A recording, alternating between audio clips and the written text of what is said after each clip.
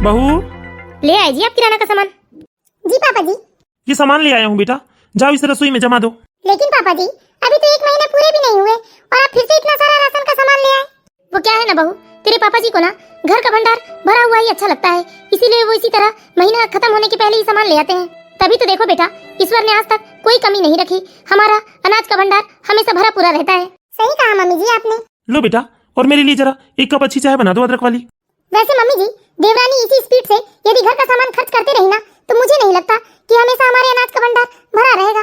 दीदी आप ये क्या बोल रही हैं? क्या घर का सारा राशन मैं ही अकेले खा जाती हूँ? अरे बेटा, इतनी सी बात में तुम दोनों बहस क्यों कर रहे हो? और खूब खाओ, तुम लोगों को खाने पीने से किसने रोका है? आखिर हम कमा क्यों रहे हैं? देखिए ना पापा जी, दीदी हमेशा मेरे खाने पीने पर ही रोक टोक करते रहती है। अरे बस करो तुम दोनों, हर छोटी छोटी बात में बहस करने लगती हो। और नहीं तो क्या करूँ मम्मी जी? देखिए ना, मैं इसे खाने पीने से नहीं रोकती हूँ, लेकिन कुछ बचत करते भी तो आना चाहिए इसे। कैसी बचत करूँ दीदी? कौन सी बचत की बात कर रही हैं आप? देख छोटी, जबरदस्ती में तू मेरा मुंह मत खुलवा, इसलिए मैं जो कहती हूँ बस चुपचाप सुन ले तू। क्या सुन लो दीदी? आप जेठानी है इसका मतलब हमेशा मुझ पर रोप ही जमाते रहेंगी क्या? अरे बस करो तुम दोनों। हाँ बहू, ये क्या बात है? हर बात में बस बच्चों की तरह लड़ने को तैयार रहती हो तुम दोनों। ये सामान लेकर जाओ और अपना अपना काम करो। जी मम्मी जी। और ये क्या बात हुई रजनी, तुम हर छोटी छोटी बात में मधु को क्यों डांटते रहती हो? देखिए मम्मी जी, अब बहुत हो गया। मैं बस इतना चाहती हूँ कि हम दोनों देवरानी जेठानी में आप काम ना बराबर से बांट दीजिए। बेकार में ही हम दोनों में रोज बहस होती है काम को लेकर, इस वजह से सारा दिन एक दूसरे से चिड़चिड़े से रहते हैं हम लोग। देखो बड़ी बहू, सिर्फ घर के काम के पीछे तुम आपस में लड़ झगड़ कर घर की शांति भंग मत करो। मम्मी जी, पिछले 6 सालों से अब तक मैंने उफ तक नहीं किया है और पूरी ईमानदारी से इस घर की जिम्मेदारियां उठाते रही। तब मैं चुपचाप इसलिए थी मम्मी जी क्योंकि तब मुझे किसी का आसरा नहीं था, लेकिन अब इस घर में देवरानी आ गई है तो मुझे भी लगता है कि दोनों का काम बराबर का होना चाहिए। जितना आराम उसे मिलता है उतना ही आराम मुझे भी मिलनी चाहिए। देखो बड़ी बहू, तुम समझदार हो और छोटी बहू को इस घर में आए अभी साल भर भी नहीं हुए हैं, इस तरह हम उसे जिम्मेदारियां नहीं सौंप सकते हैं। लेकिन बहुत हुआ पापा जी, अब मैं अकेले इस घर की जिम्मेदारी नहीं उठा सकती हूँ। जब भी आप लोग हमें कपड़े, गहने या किसी भी तरह का उपहार दिलाते हैं तो बिल्कुल बराबरी से दिलवाते हैं, फिर घर के कामकाजों में इतना भेदभाव क्यों? इसलिए बहुत हुआ, मैं तो ये सब नहीं कर सकती हूँ। एक बात कहूँ रमा, मैं मुझे ना बड़ी बहू की एक आदत बिल्कुल पसंद नहीं है। वो खाने पीने में इस तरह छोटी बहू को रोक टोक करती है, ये मुझे अच्छा नहीं लगता। वो ऐसा है जी, अभी तक बड़ी बहू अकेले ही घर की सारी जिम्मेदारियां उठाती थी। घर के खान पान हर एक चीज का हिसाब किताब बड़ी बहू के हाथ में था, और अब शायद छोटी थोड़ा बहुत हस्तक्षेप करने लगी है, इसीलिए बड़ी बहू को छोटी खटकने लगी है। और अब हमारी ज्वाइंट फैमिली है तो थोड़ी बहुत तो परेशानियां उठानी पड़ेगी हमें। अरे ये जॉइंट फैमिली क्या होती है? ये मेरा घर है, मेरे घर में 2 बेटे मेरे साथ रहते हैं और इन लोगों को ये साथ रहना पसंद नहीं है तो खुशी खुशी अलग हो जाए, लेकिन इस तरह रोज रोज घर में चिक चिक मुझे बिल्कुल पसंद नहीं है। अब देखिए जी, ये तो जग जाहिर है, आज नहीं तो कल दोनों बेटे अलग तो हो ही जाएंगे। भला आज के जमाने में कौन सा ऐसा परिवार है जहाँ 2 से अधिक बहुएं एक साथ मिलकर खुशी खुशी एक ही छत के नीचे रहती हो? लेकिन मुझे चिंता तो बस एक बात की है। कैसी चिंता रमा? देखिए जी, हमारे लिए तो हमारे दोनों बेटे एक बराबर हैं, हमने कभी अपने बच्चों में भेदभाव नहीं किया है। हाँ भाई, माता पिता अपने बच्चों से भेदभाव क्यों करेंगे? हम तो दोनों बेटों को एक समान ही प्यार करते आए हैं और आज भी हम अपनी दोनों बहुओं में कोई भेदभाव नहीं करते हैं। लेकिन ऐसा है जी, जब ये दोनों भाई अलग रहने लगेंगे तो हमें दोनों में से किसी एक बेटे के साथ तो रहना ही होगा ना। हाँ तो रह लेंगे, किसी भी बेटे बहू के साथ रह लेंगे। नहीं जी, देखो बुजुर्ग माता पिता की सेवा बेटा तो नहीं कर सकता, बेटा तो दिन भर अपने काम धाम में लगा रहता है, सेवा तो सिर्फ बहू ही करती है अपने सास ससुर की। हाँ तो हमारी बहुएं करेगी ना हमारी सेवा। देखिए जी, मैं तो बस इतना कहना चाहती हूँ कि समय रहते हमें हमारी बहुओं को परख लेना चाहिए कि कौन खरा सोना है जो आगे चल के हमारी सेवा कर सकता है और कौन सिर्फ मतलब के लिए हमारे साथ रहता है। ये भी तुम सही कह रही हो रमा। इसलिए मैं बस इतना चाहती हूँ जी कि हम समय रहते अपनी बहुओं को परखना शुरू कर देते हैं। ठीक है रमा। पोहे तो बन गए, चलो अपने कमरे में बैठकर आराम से पोहे खाऊंगी। ये क्या बात है छोटी, जब सुबह सबके एक बार नाश्ता बन चुका है तो तुम्हें अलग से अपने लिए पोहे बनाने की क्या जरूरत थी? दीदी, मुझे नाश्ते में पराठे अच्छे नहीं लगते, इसलिए मैंने अपने लिए पोहे बना लिए। इसमें आपको क्या परेशानी हो रही है? वाह छोटी, ऐसे तो तुझे घर के कामकाज करने में बड़ा रोना आता है, तुझे ये नहीं आता तब तुझे वो नहीं आता, और जब अपने लिए कुछ बनाना हो तो 2 मिनट में बना लेती हो। तो क्या करूं दीदी, आपसे तो नहीं कह सकती ना कि मुझे पराठे पसंद नहीं तो मेरे लिए नाश्ते में कुछ और बना दो, इसलिए मैं आपसे कुछ नहीं कहती हूँ और फिर बाद में अपने लिए खुद ही नाश्ता बना लेती हूँ मैं। अरे कोई चीज बचाना सीख लो, जिस दिन से आई हो बर्बादी के सिवा कुछ नहीं हो रहा है इस घर में। पहले मैं जब पापा जी 1 महीने का राशन लाते थे तो उसे 2-2 महीने पूरा लेती थी, लेकिन अब तो 1 महीने का राशन 1 महीना भी नहीं पुरता है। वाह दीदी, मतलब आप ये कहना चाहती हैं कि सारा राशन मैं ही अकेले खा जाती हूँ? ये सब क्या हो रहा है? जब देखो तब बस लड़ते ही रहती हो तुम दोनों। देखिए ना मम्मी जी, दीदी को मैंने अपने लिए थोड़े से पोहे क्या बना लिए, ये तो मुझे कितना बुरा भला सुना रही है, जैसे मैं इनके मायके का खा रही होंगी। छोटी, जरा जबान संभाल के बात करना। अब आप ही बताइए ना मम्मी जी, मुझे नाश्ते में पराठे पसंद नहीं है तो मैंने पोहे बना लिए, तो इनका क्या जा रहा है जो इतना सुनाई जा रही है मुझे? क्या मतलब मेरा कुछ नहीं जा रहा है? अरे पिछले 6 सालों से मैंने अपने सूझबूझ से इस घर को संभाल कर रखा है और तुम्हें आज 4 दिन नहीं हुए और घर में बर्बादी के सिवा कुछ नहीं कर रही हो तुम। अरे बस करो तुम दोनों, एक बार जो शुरू हो गई ना तो रुकने का नाम ही नहीं लेती हो। मम्मी जी आप दीदी को साफ साफ समझा दीजिए, मुझे इस तरह से उनका रोक टोक बिल्कुल पसंद नहीं है। अरे जेठानी है तो क्या हो गया, क्या जेठानी होने का रोक भी जमाते रहेंगी मेरे ऊपर? ये अच्छी बात है कि वो जेठानी है, लेकिन वो जैसी इस घर की बहू है उसी तरह मैं भी इस घर की बहू हूँ और मेरा भी पूरा अधिकार है कि मैं इस घर में कोई भी चीज अपने मन से खा पी सकती हूँ। इसे समझा दीजिए मम्मी जी, इसे इतना तो याद है कि ये मेरी ही तरह इस घर की बहू है, लेकिन फिर ये मेरी तरह जिम्मेदारियां क्यों नहीं उठाती है? जब घर के कामकाज करने की बारी आती है तब तो ये कह देती है कि मैं देवरानी हूँ, छोटी हूँ, हाँ, लेकिन जब किसी और चीज की बात हो तो कहती है कि मैं भी तुम्हारी तरह इस घर की बहू हूँ। देखिए मम्मी जी आप इस तरह से खामोश मत रहिए, आज तो फैसला कर ही दीजिए आप। ठीक है मम्मी जी, आप जो फैसला करेंगी ना मुझे मंजूर है। थोड़ी देर के लिए तुम दोनों चुप हो जाओ। अरे कान के पर्दे फट जाएंगे तुम्हारी बक बक बक बक सुन के। अरे कितना बोलती हैं दोनों की दोनों, अगर लकड़ी का मुंह होता ना तब तक फट गया होता। अच्छा मैं तुम दोनों में काम बांट देती हूँ, आज के बाद सुबह का खाना बड़ी बहू बनाएगी और शाम का खाना छोटी बहू बनाएगी। लेकिन मम्मी जी बर्तन झाड़ू और पोछा, क्योंकि कपड़ा और पोछा तो सुबह के ही वक्त होता है, शाम को नहीं। लेकिन देखिए मम्मी जी, यदि मैं सुबह का खाना बनाऊंगी ना तो मैं झाड़ू बर्तन पोछा ये सब साथ में नहीं कर सकती हूँ, और मैं जब शाम का खाना बनाऊंगी तो मैं सुबह का झाड़ू बर्तन पोछा क्यों करूंगी? शांत रहो तुम दोनों, मैं सोच कर बताती हूँ क्या करना है। अगर इस घर में एक काम वाली भाई आ जाए ना मम्मी जी तो ये टेंशन भी खत्म हो जाएगी। अरे कितनी बार तो काम वाली आ गई इस घर में, लेकिन टिकती कहाँ है। ठीक है फिर भी मैं कोशिश करती हूँ, यदि कोई अच्छी काम वाली बाई मिल जाए तो उसे रख लेंगे हम लोग। जब देखो तब बस अपना रौब झाड़ते रहती है। ये छोटी अपने आप को समझती क्या है जी, हर बात में मुझे सीधे सीधे जवाब दे देती है वो। मैं तो जेठानी हूँ उसकी, लेकिन मेरी जरा भी इज्जत नहीं करती है वो। और कभी पोहे बनाकर अकेले खा लेगी, कभी मैगी बना लेती है, और कुछ नहीं हुआ तो मार्केट से अपने लिए कुछ खाने पीने की चीजें बुलवाते रहती है। ये क्या है रजनी, रोज की किचकिच ना मुझे अच्छी नहीं लगती। अरे मैं भी ऑफिस से थका हार आता हूँ और तुम हो कि अपनी शिकायतों का पिटारा लेकर बैठ जाती हो मेरे सामने। अरे तुम्हें तुम्हारी देवरानी से इतनी समस्या क्यों है? आप भी उल्टा मुझे ही कह रहे हो। अरे इतने सालों से मैंने अपने सूझबूझ से इस घर को कितने अच्छे से संभाल कर रखा है, और आज उसे आते देर नहीं और आप लोगों को मुझ में ही दोष नजर आ रहा है। ये दोस्त नहीं है रजनी, बस रोज रोज कभी तुम पोहे की बात, कभी जलेबी की तो कभी मैगी की, यही सारी किचकिच लेकर बैठ जाती हो मेरे सामने। अरे हम तीनों बाप बेटे इतने रुपए कमा रहे हैं, उसके बाद भी यदि घर में सुख शांति नहीं है तो हमारे रुपए कमाने का मतलब ही क्या है? आखिर तुम चाहती क्या हो? वाह वाह पतिदेव, मैं क्या चाहती हूँ? अरे आपने कभी एक बार भी सोचा है कि इस घर में इस घर की बड़ी बहू और आपकी पत्नी की कोई मान सम्मान नहीं है? अरे वो कल की आई मेरी देवरानी मुझे आंखें दिखाती है, अब बताओ मैं कैसे रहूँ इस घर में? अच्छा तो तुम्हारी समस्या ये है कि तुम शायद अब एक साथ नहीं रहना चाहती हो इस घर में। कोई बात नहीं रजनी, तुम जैसा चाहती हो वैसे ही होगा। अगर तुम चाहती हो कि हम लोग अलग रहे तो मैं कल ही पापा से बात कर लूंगा। अरे ज्यादा से ज्यादा क्या होगा रजनी, बस जो मेरी कमाई है वो घर के खर्चों में ही खर्च हो जाएंगे। अब यहाँ सब लोग एक साथ थे तो घर का सारा खर्च सिर्फ पापा ही करते थे, इसलिए मेरी सैलरी के रुपए सुरक्षित रहते थे, और शायद एक साथ रहने की वजह से आज तक हमें कोई दिक्कत का सामना नहीं करना पड़ा है, और हम लोग अपनी मर्जी से कुछ रुपए अपने ऊपर भी खर्च कर सकते हैं। हमें घर के खर्चों की चिंता नहीं होती है पापा के रहते। ठीक है मैं बात कर लूंगा पापा से। नहीं जी रहने दीजिए, यही तो समस्या है ना। मैं भी जानती हूँ कि आपकी कमाई के रुपए सुरक्षित है हम लोगों के पास, और घर का सारा खर्च पापा जी ही उठाते हैं, इसीलिए तो मैं इन लोगों को झेल रही हूँ। वरना सच कहूँ मैं इन लोगों के साथ एक मिनट भी इस घर में नहीं रहना चाहती हूँ। रमा के बड़े बेटे और बड़ी बहू अपने कमरे में जो भी बात कर रहे थे वो कमरे के बाहर से रमा सुन रही थी। रमा को ये सब सुनकर बहुत ही दुख होता है, और रमा कहती है कि वो तो सोचा करती थी कि बड़े बेटे और बहू खुशी खुशी हम लोगों के साथ रहते हैं, वो परिवार को बिखरने नहीं देना चाहते हैं। लेकिन आज जाकर रमा को मालूम होता है कि नहीं, बड़े बेटे और बहू तो सिर्फ और सिर्फ मतलब की वजह से इस घर में रह रहे हैं। हे भगवान, ये सब मैं क्या सुन रही हूँ? ये लोग सिर्फ अपने मतलब की वजह से हम लोगों के साथ जुड़े हुए हैं। बड़ी बहू के दिल में क्या है ये तो आज मुझे पता चल गया, लेकिन जाकर पता तो करूँ कि छोटी बहू क्या सोचती है हमारे लिए। वैसे भी रोहन अभी तो ऑफिस से आया है, छोटी बहू जरूर घर की सारी बात रोहन से कर रही होगी। अभी जाकर उसके कमरे के बाहर सुनती हूँ मैं। क्या जमाना आ गया है प्रभु। देखिए ना जी, आज मुझे नाश्ते में पराठे नहीं खाने थे तो मैंने अपने लिए पोहे बना लिए।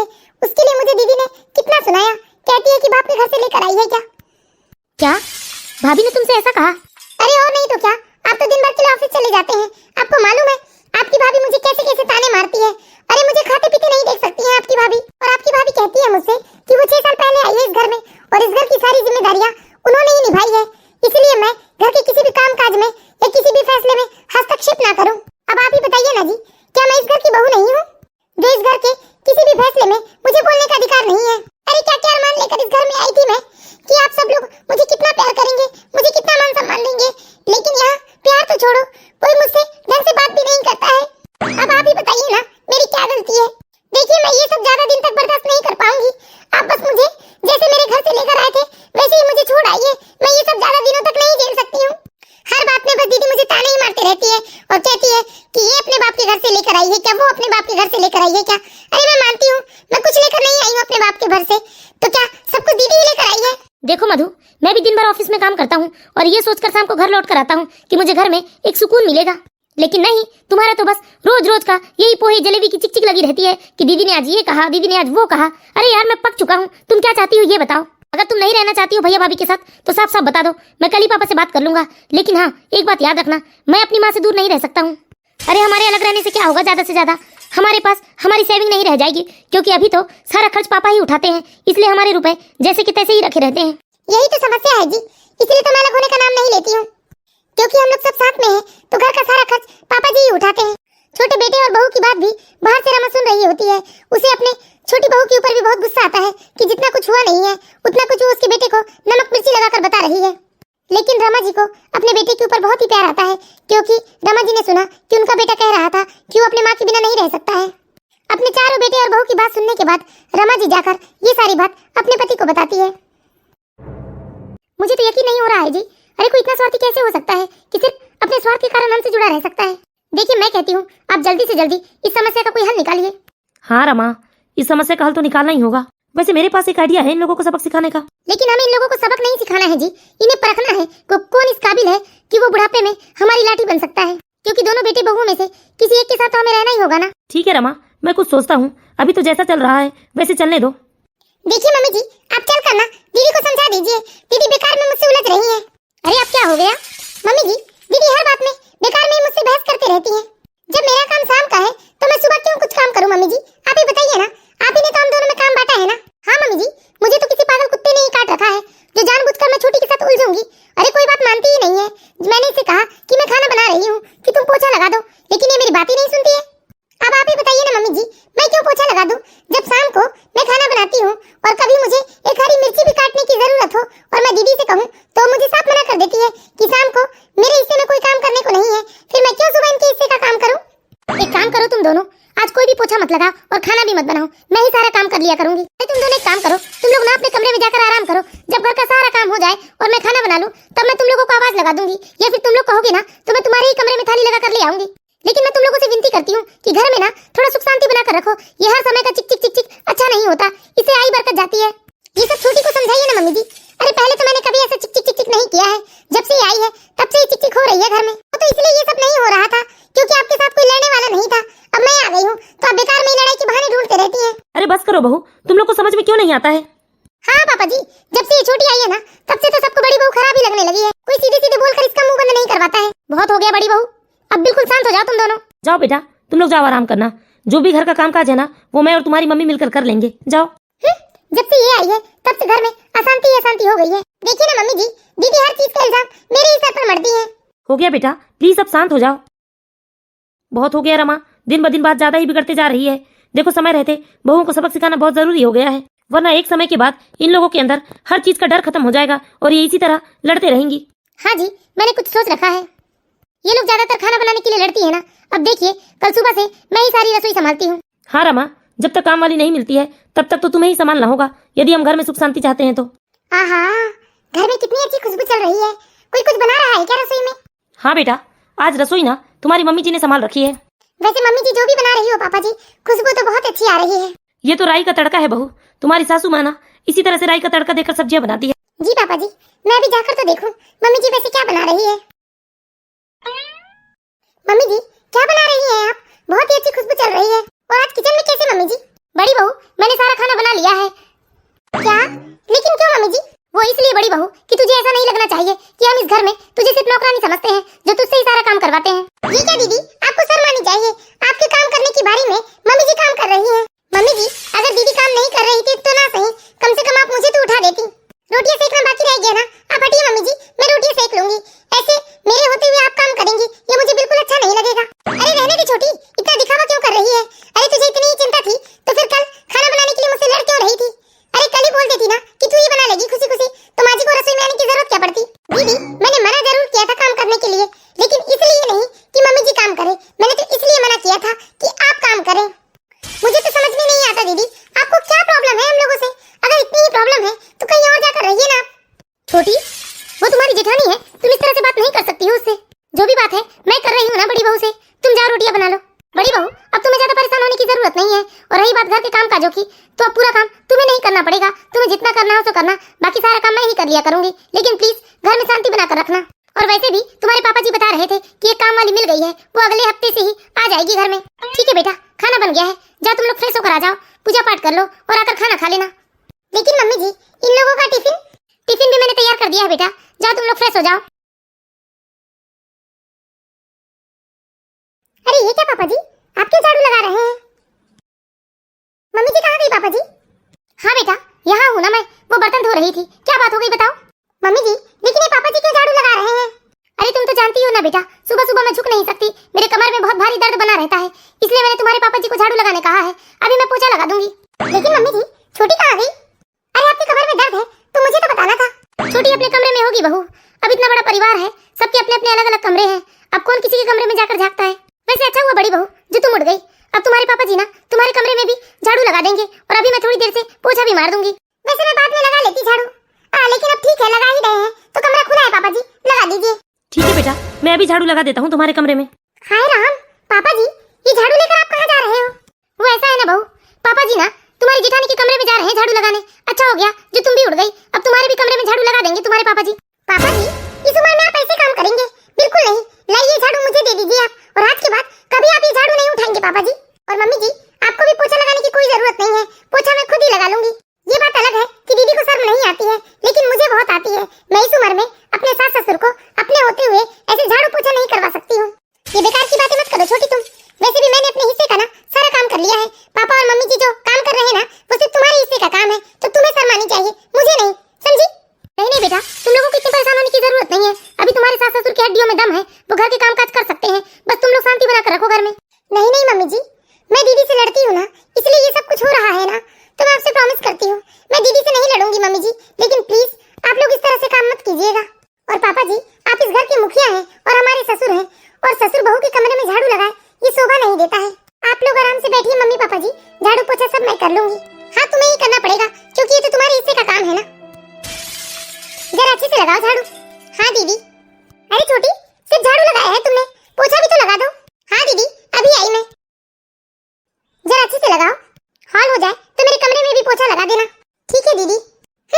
बड़ी आई, अरे मुझे कोई पागल कुत्ते ने काट नहीं रखा है जो मैं इसके हिस्से का काम करूंगी।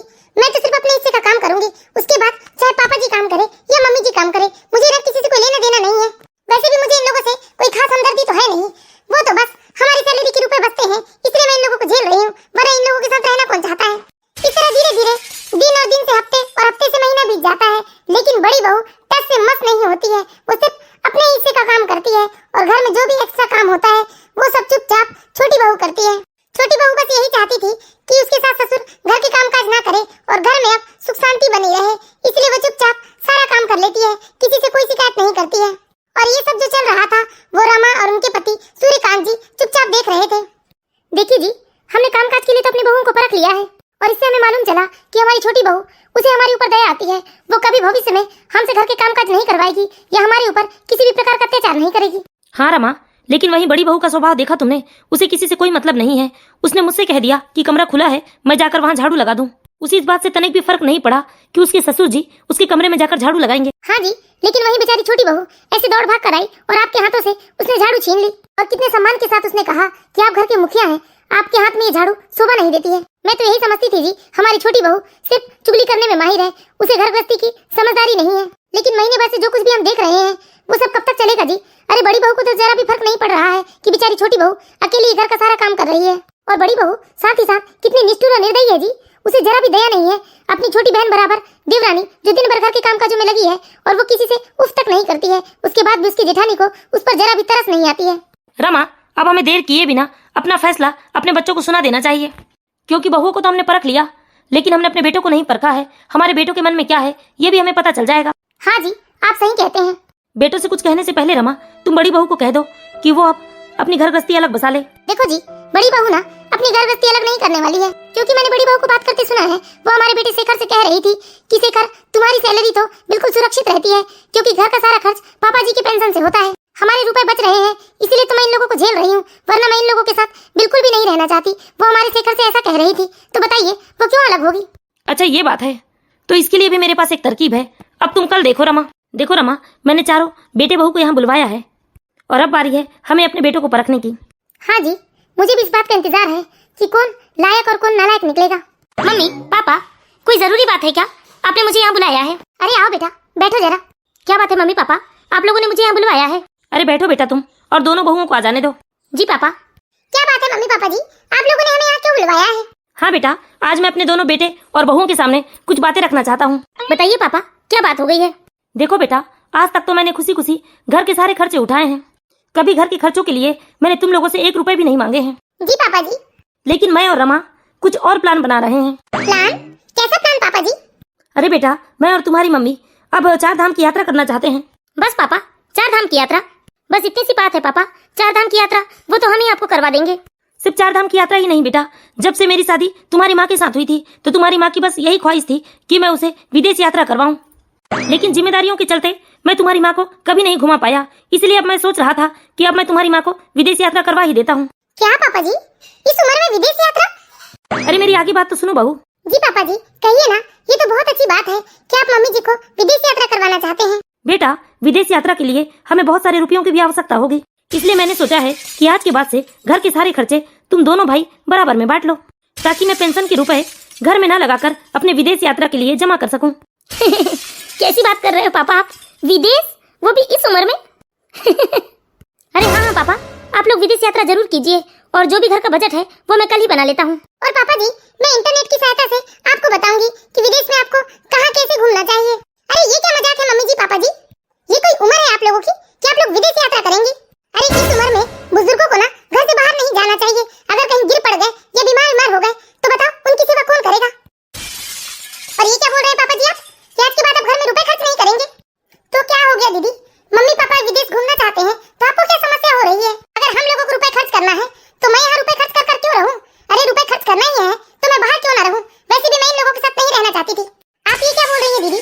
यदि आप लोगों को रुपए नहीं खर्च करना है तो मत कीजिए आप लोग रुपए खर्च, लेकिन इस तरह से मम्मी पापा को तो कुछ मत बोलिए आप। हम लोग रुपए खर्च करेंगे घर के लिए। अच्छा, मतलब तुम लोग रुपए खर्च करोगे और बाद में हम पर एहसान जताओगे, हमें दबाने की कोशिश करोगे, क्यों? यही चाहती हो ना छोटी तुम? मम्मी पापा जी, मुझे भी लगता है कि आप लोगों को विदेश यात्रा का ख्याल ना अपने मन से निकाल देना चाहिए।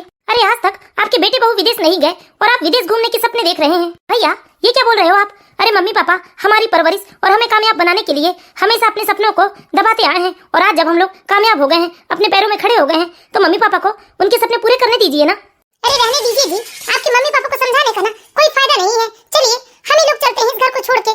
वैसे भी ना अब इस घर की चिक चिक मुझसे झेली नहीं जाती है। अरे इस घर में प्राइवेसी नाम की तो कोई चीज ही नहीं है। अरे दीदी प्लीज आप ऐसा मत बोलिए, और इस तरह से आप घर छोड़कर मत जाइए। अरे हमारा छोटा सा तो परिवार है, और अब तो मैं भी आपसे कुछ नहीं कहती हूँ दीदी, और आप लोगों को रुपए खर्च करने की जरूरत नहीं है दीदी, हम ही लोग कर लेंगे। लेकिन प्लीज ऐसे आप घर छोड़कर मत जाइए। छोटी, कोई जरूरत नहीं है बड़ी बहू को रोकने की। हाँ छोटी बहू, मैं भी यही चाहता हूँ कि बड़ी बहू और बेटे अपनी मर्जी से जहाँ जाना चाहते हैं वहाँ चले जाएं, क्योंकि ज्वाइंट फैमिली का मतलब तो ये होता है कि सारे लोग एक दूसरे को लेकर चले, एक दूसरे के सुख दुख में एक दूसरे का साथ दे। हाँ जी, ऐसी जॉइंट फैमिली का मतलब ही क्या है जो सिर्फ और सिर्फ लालच की वजह से एक दूसरे से जुड़ा है। क्योंकि परिवार में ना परिवार का हर एक सदस्य एक दूसरे से प्यार से जुड़ा होना चाहिए, मजबूरी से नहीं। और मजबूरी में बनाए गए रिश्ते ना कभी कामयाब नहीं होते हैं, और मुझे तो लगता है कि दूर रहने से ना रिश्ते खत्म नहीं हो जाते हैं। बड़ी बहू और शेखर, हम तुमसे नाराज नहीं है, क्योंकि मुझे लगता है कि पास में नाराजगी से रहने से अच्छा है कि तुम दूर जाकर खुशी खुशी रहो, और समय समय पर हर एक तीज त्योहार में तुम अपने परिवार में आकर मिलते रहो। ठीक है बेटा, हमसे कोई नाराजगी मत रखना। शेखर और रजनी अपने दूसरे फ्लैट में शिफ्ट हो जाते हैं। अब दोनों परिवार अलग अलग रहने के बावजूद बहुत सुखी रहने लगते हैं, और समय पर एक दूसरे से मिलते रहते हैं, और बहुत ही धूमधाम से हर एक तीज त्योहार मनाने लगते हैं। रमा जी ने बहुत ही अच्छा फैसला लिया कि साथ में नाराजगी से रहने से बेहतर है कि दूर जाकर खुशी खुशी रहें। हम आशा करते हैं दोस्तों आप लोगों को हमारी ये कहानी जरूर पसंद आई होगी। यदि कहानी अच्छी लगी हो तो इस वीडियो को लाइक करें, और इसी तरह की मोरल स्टोरीज देखते रहने के लिए हमारे चैनल बालाघाट की बेटी को सब्सक्राइब